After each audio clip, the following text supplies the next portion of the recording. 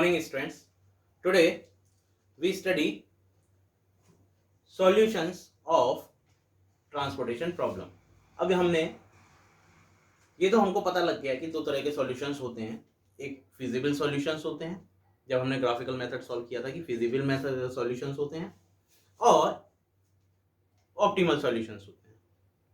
तो जब भी हम टीपी को सॉल्व करते हैं तो पहले हमको फाइंड करना होता है initial basic feasible solution. Initial basic feasible solutions कौन से होते हैं? फिजिबल सॉल्यूशंस होते हैं कि वो सॉल्यूशन टीपी के जो कि इसकी कंडीशंस को फॉलो करते हैं, सप्लाई डिमांड को मैनेज करते हैं.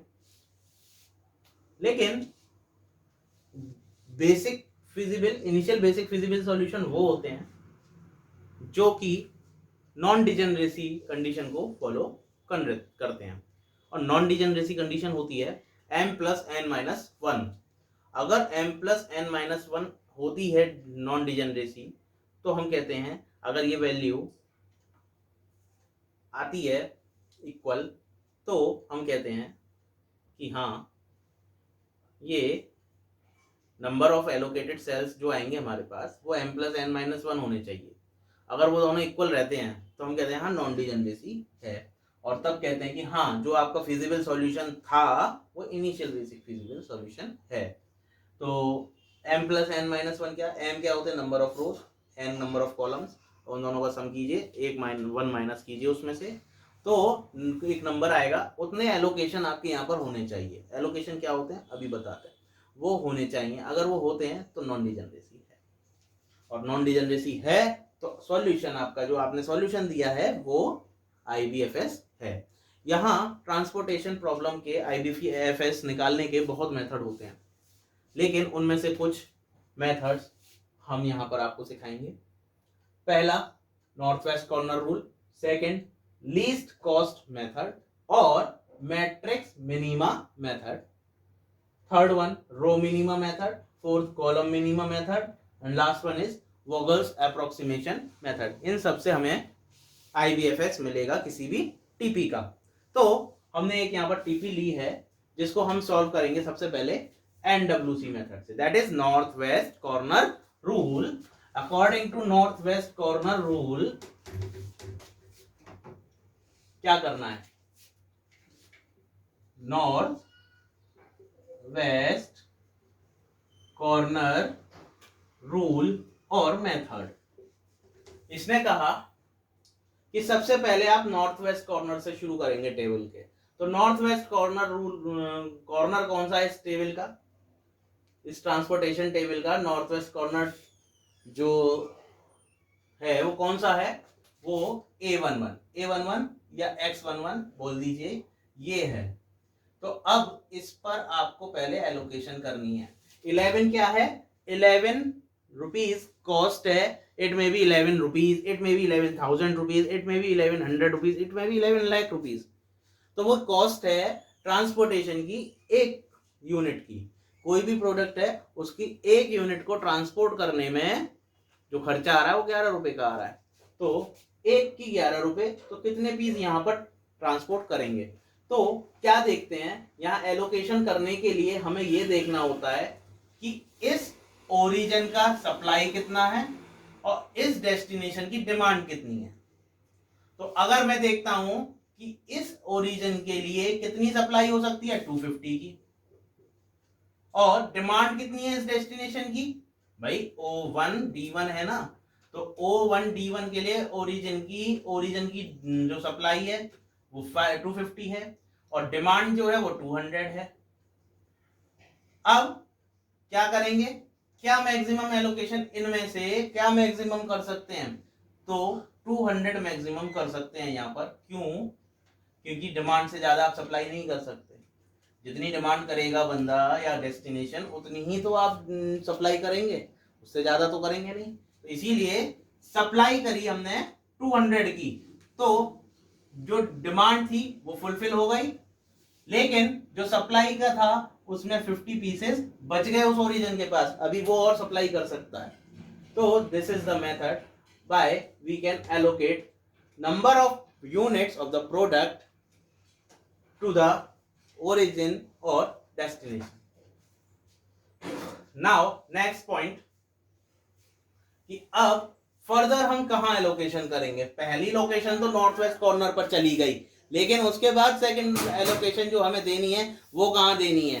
तो सेकंड एलोकेशन के लिए हम क्या करेंगे कि अब हमारे पास या तो सप्लाई वैनिश हुई होगी.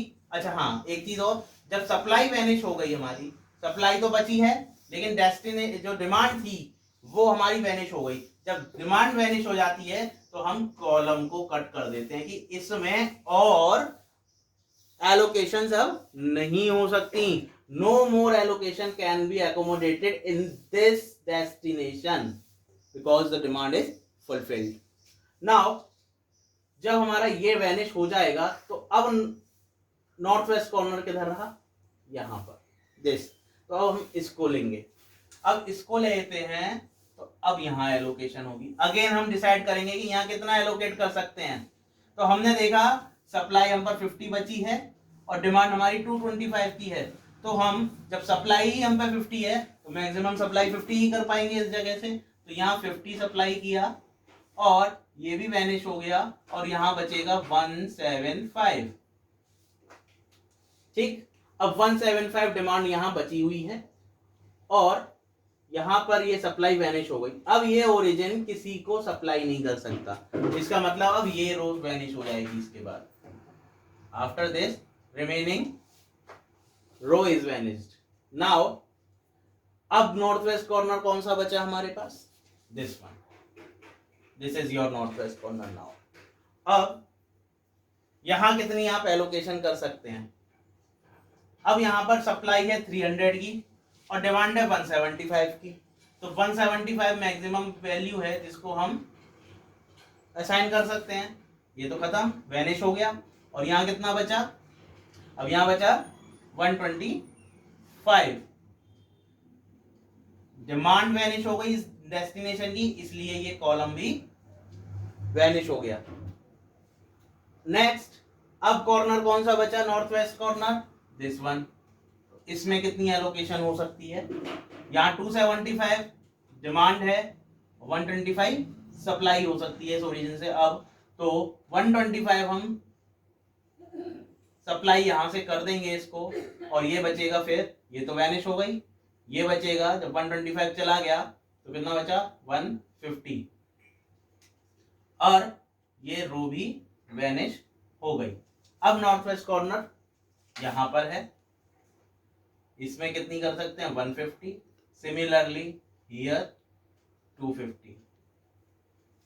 तो इस तरीके से हमारे एलोकेशंस आए कि कौन सा ओरिजिन कौन से डेस्टिनेशंस को सप्लाई दे सकता है. तो अब यहां पर हम सबसे पहले अब चेक करेंगे non degeneracy. Non degeneracy check करने के लिए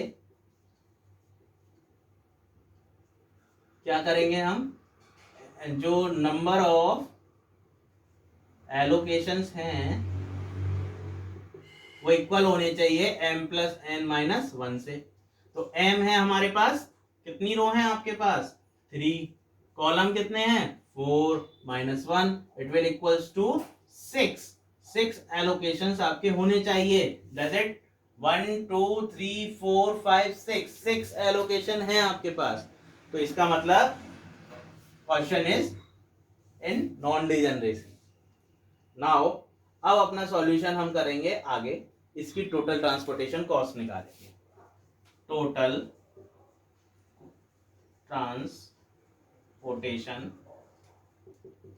कॉस्ट इक्वल्स टू, ये होता है summation i equals to 1 to m summation j equals to 1 to n equals Cij into Xij. तो Cij is the cost per unit and Xij is the allocation. कितनी units? The units which we transport with this.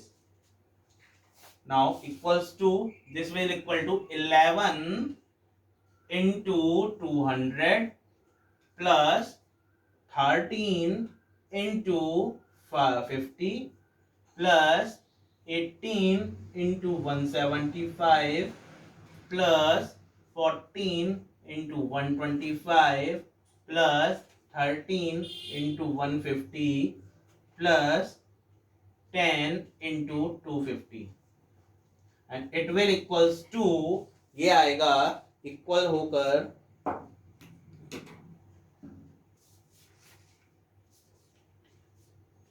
12,200. This is the total transportation cost.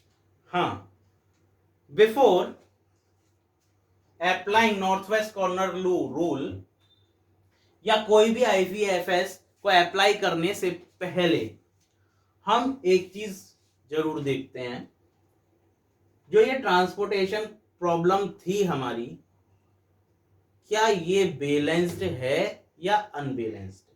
Transportation problems दो type की होती हैं, एक balanced और एक unbalanced. तो हमको यहाँ चेक करना होगा कि हमारी ट्रांसपोर्टेशन जो प्रॉब्लम है वो बैलेंस्ड थी या नहीं। तो बैलेंस्ड और नॉन अनबैलेंस्ड को चेक करने के लिए एक बहुत छोटा सा अच्छा तरीका है, वो ये है कि टोटल नंबर ऑफ सप्लाई और टोटल नंबर ऑफ डिमांड दोनों इक्वल होने चाहिए। तो मतलब मैं अगर यहाँ देखता हूं तो इसका total in initial position it's total is 950 and it's some is also 950, तो दोनों ही इक्वल रहे, इसीलिए ये मेरी बैलेंस्ड प्रॉब्लम थी। अगर ये सम इक्वल नहीं होता तब हमको इनको बैलेंस्ड करना होता। अब बैलेंस्ड कैसे करना होता, एग्जाम्पल ले लीजिए, मान लीजिए एक एग्जाम्पल देता हूं, जैसे अभी अनबैलेंस्ड और बैलेंस की हम बात कर रहे थे, तो वो प्रॉब्लम हमारी बैलेंस थी क्योंकि उनका टोटल इक्वल था। अब मैंने एक ऐसी यहाँ पे प्रॉब्लम ली है कि जो अनबैलेंस्ड है। अब इस अनबैलेंस्ड को हम बैलेंस कैसे करेंगे, अनबैलेंस कैसे है देखिए, इधर से सम करता हूं डिमांड्स का तो 950 आता है, लेकिन जब इधर से प्लस करता हूं तो ये 850 रह जाता है।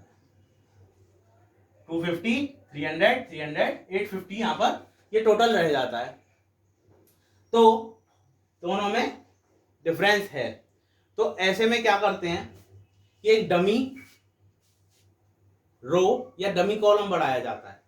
अगर सम डिमांड की तरफ से कम हो रहा होता तो मैं कॉलम को इंट्रोड्यूस करता, डमी कॉलम को, और अगर अब जैसे मेरा हो रहा है सप्लाई कम हो रही है तो मैं क्या करूंगा, एक डमी रो इंट्रोड्यूस कर दूंगा और इस रो का नाम डी दे दिया, डमी रो है, और इस पर जो सारी कॉस्ट होंगी वो 0 होंगी, और जो यहां डिफरेंस है उसको यहां दे दिया जाएगा।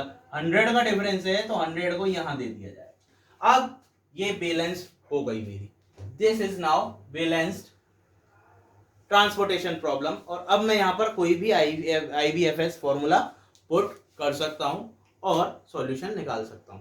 तो आज हमने NWC that is north west corner rule को स्टडी किया। In next lecture we will study row minimum method and column minimum.